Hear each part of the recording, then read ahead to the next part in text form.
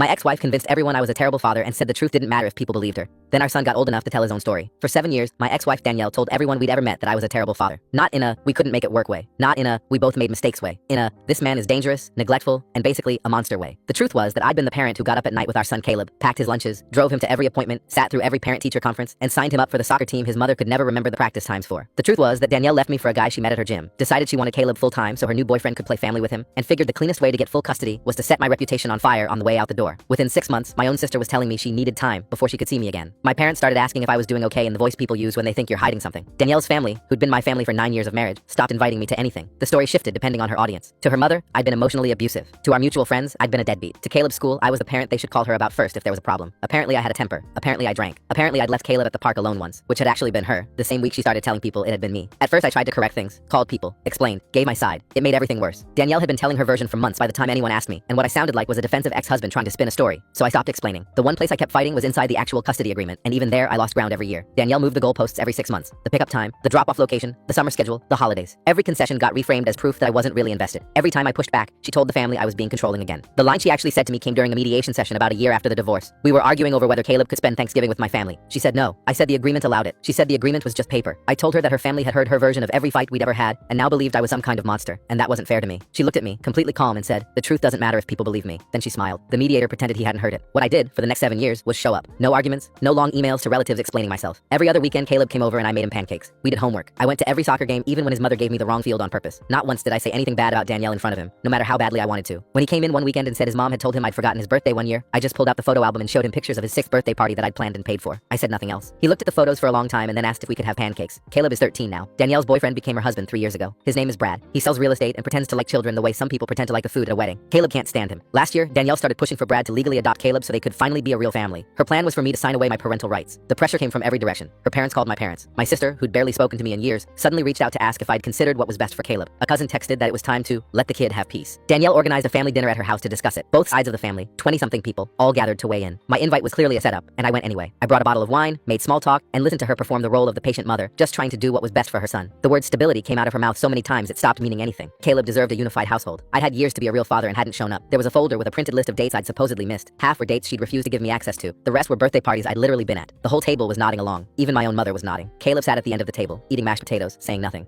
Then someone, I think it was Danielle's Aunt Cleo, turned to him gently and asked if he wanted to live with his real family full-time now. Caleb put down his fork. He looked at his mother. He looked at me. Then, turning back to the aunt, he said very plainly, Dad is my real family. The room went dead silent. The kind of silent where you can hear someone swallow. Nobody moved. Nobody breathed. I sat there and felt something rise up in my chest that I hadn't felt in so long I almost didn't recognize it. Validation. That's what it was. After 7 years of being the villain in a story I didn't write, my kid just stood up in front of everyone and told the truth. My mother B had her hand pressed over her mouth like she was trying to hold something in. My father Williamson was staring down at his plate, not moving, like he couldn't bring himself to look at anyone. Even Cleo, the one who had just asked Caleb if he wanted to live with his real family, looked like she wanted to disappear into her chair. Nobody was nodding anymore. Danielle recovered fast. Her eyes filled with tears almost on cue, and she put her arm around Caleb's shoulder, soft and gentle. Sweetheart, nobody is saying Dad isn't your family, she said. We're just trying to make things easier for you. But Caleb pulled away from her arm. Not rough, not dramatic, just a clear, steady pull like he'd been waiting to do it for a long time. He looked right at her and said, you told me Dad forgot my birthday. He didn't. You told me he didn't want me on Thanksgiving. He did. I'm not a little kid anymore, Mom. The table shifted. Someone coughed. Someone else set down their fork like they'd lost their appetite. Danielle's composure cracked and she looked directly at me with real venom. Nothing rehearsed about it anymore. This is what you've been doing? She said. Turning him against me during your little weekends? I said nothing. I just sat there and let the silence do what it does when the truth is already in the room. Caleb answered for himself. Dad never said one bad thing about you, he said, his voice steady. Not once. You're the one who lied. Then Brad stood up. He put his hand on Danielle's shoulder and tried to play peacekeeper. Caleb, buddy, he said in that fake warm voice he puts on. Your mom has done everything for you. Let's not say things we can't take back. Caleb looked at Brad. Just looked at him. Then he said, you're not my dad. You don't even know my middle name. Brad's face went red. Not a little pink. Red. He sat back down without another word and picked up his napkin and started folding it like that was somehow important right now. Danielle's chin started to tremble. Not the pretty controlled kind she does when she's working a room. Something real and raw, like something had gotten through to a place she keeps locked down. For one moment she looked like a woman who had just heard the thing she was most afraid of hearing. Then she blinked. She set her jaw. She looked around the room with that hard, flat expression I know so well. He's been coached, she said. This is exactly what I was afraid of. She pushed her chair back. Dinner is over. I think everyone should leave. People got up slowly, awkwardly, not knowing where to put their hands or their eyes. Nobody was defending her. Nobody was standing up for me either. They just wanted to get out. I looked at Caleb, still sitting at the end of the table with his plate in front of him.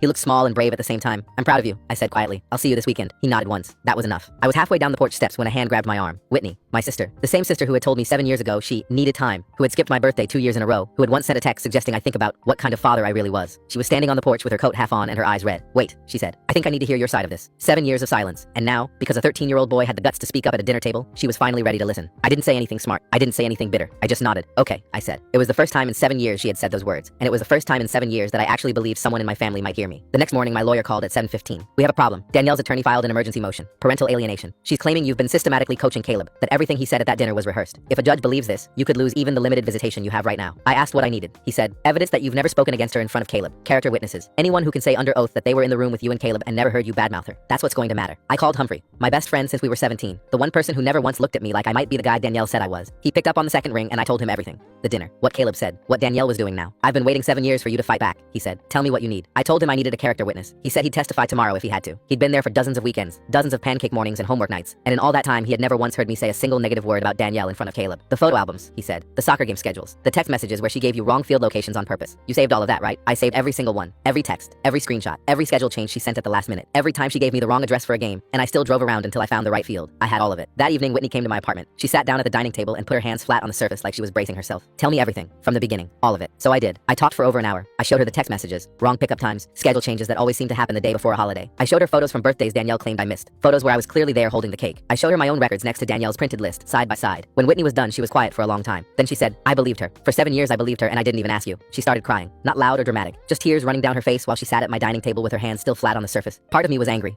somewhere deep down, in a place I don't let myself go very often. But she was here, finally understanding what she'd done by not asking. "You're here now," I said. "That's what matters." The next day, I drove to my parents' house. Williamson opened the door and stood there for a moment without saying anything. He looked tired, older than I remembered. He stepped aside to let me in, and he was sitting at the dining table with a mug in front of her that she wasn't drinking from. She wouldn't look at me when I walked in. I pulled out a chair and sat down across from her. Then I laid everything on the table like a map. Printed text messages, schedule changes going back years, photos from birthdays and soccer games, Caleb's records from every weekend he'd spent with me. Williamson sat down and picked up the messages and started reading them slowly. The wrong field locations, the last-minute cancellations, the times Danielle told me one pickup spot and told Caleb a different one, so I'd look like I hadn't shown up. He read them all. Then he put them down and looked at B. "We owe our son an apology," he said. His voice was quiet but firm. B finally looked up at me. Her eyes were red and wet. She whispered, "Why didn't you fight harder?" It wasn't an accusation. It was grief. She was asking why I hadn't made her see the truth sooner, so she wouldn't have to carry the weight of 7 years of being wrong. "Because every time I tried, it made things worse," I said. "The only thing I could do was keep showing up for Caleb and hope that one day the truth would be louder than her." Nobody spoke for a while. Williamson put his hand on the stack of printed messages like he was holding them down. B reached across the table and put her hand on mine. 2 days before the hearing, my phone rang from a number I didn't recognize. I picked up and heard Caleb's voice, low and tight, his hand cupped around the speaker.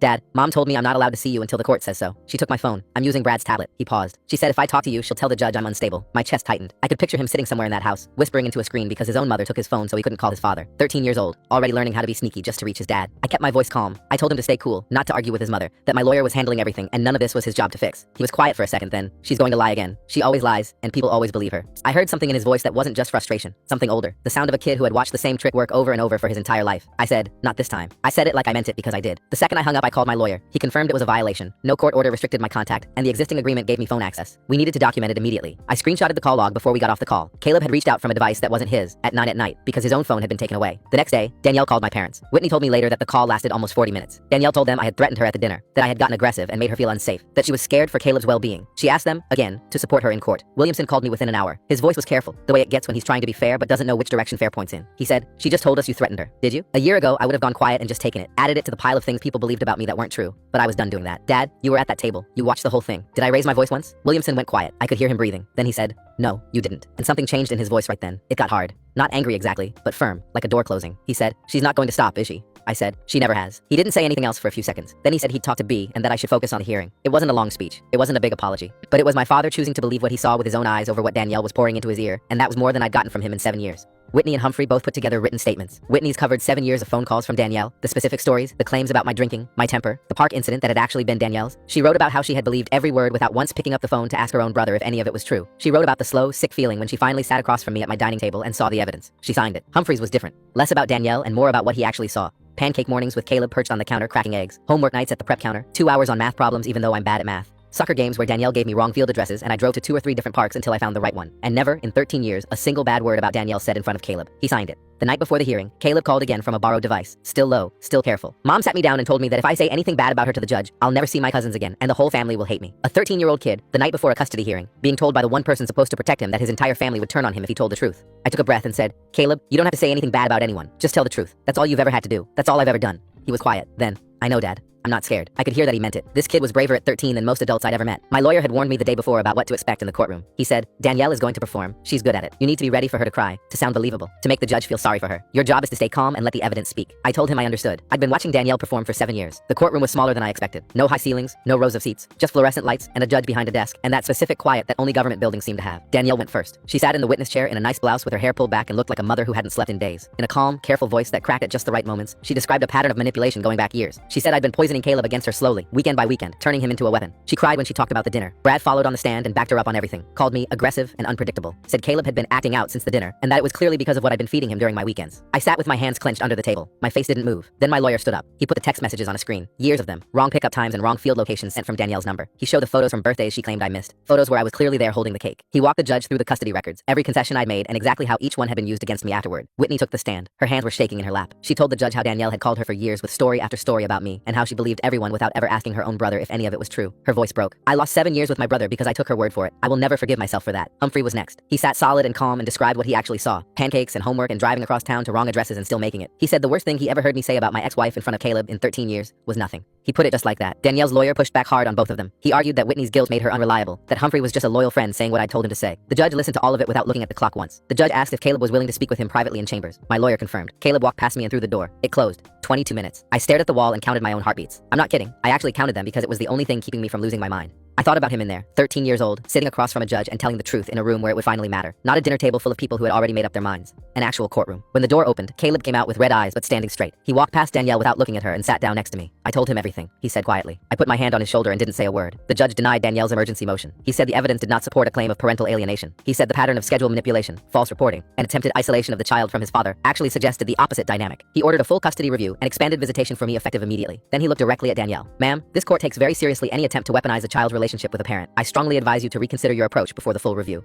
Danielle's face went white. Brad stared at the floor. I didn't move. I didn't smile. I didn't say a single word. I just looked at Caleb, and he was already looking at me. That Saturday he came over. He poured too much syrup on his pancakes like he always does. Halfway through breakfast he said, "Can we just stay here today? I don't want to go anywhere. I just want to be home." I said okay. We didn't need to go anywhere. We spent the rest of the day on the couch. Around dinner he fell asleep against the armrest. I put a blanket over him and sat in the quiet. 7 years of showing up. 7 years of saying nothing and letting the truth wait. My phone buzzed on the end table. A text from B. "I'm sorry. I should have listened to my son." I set the phone face down and didn't move.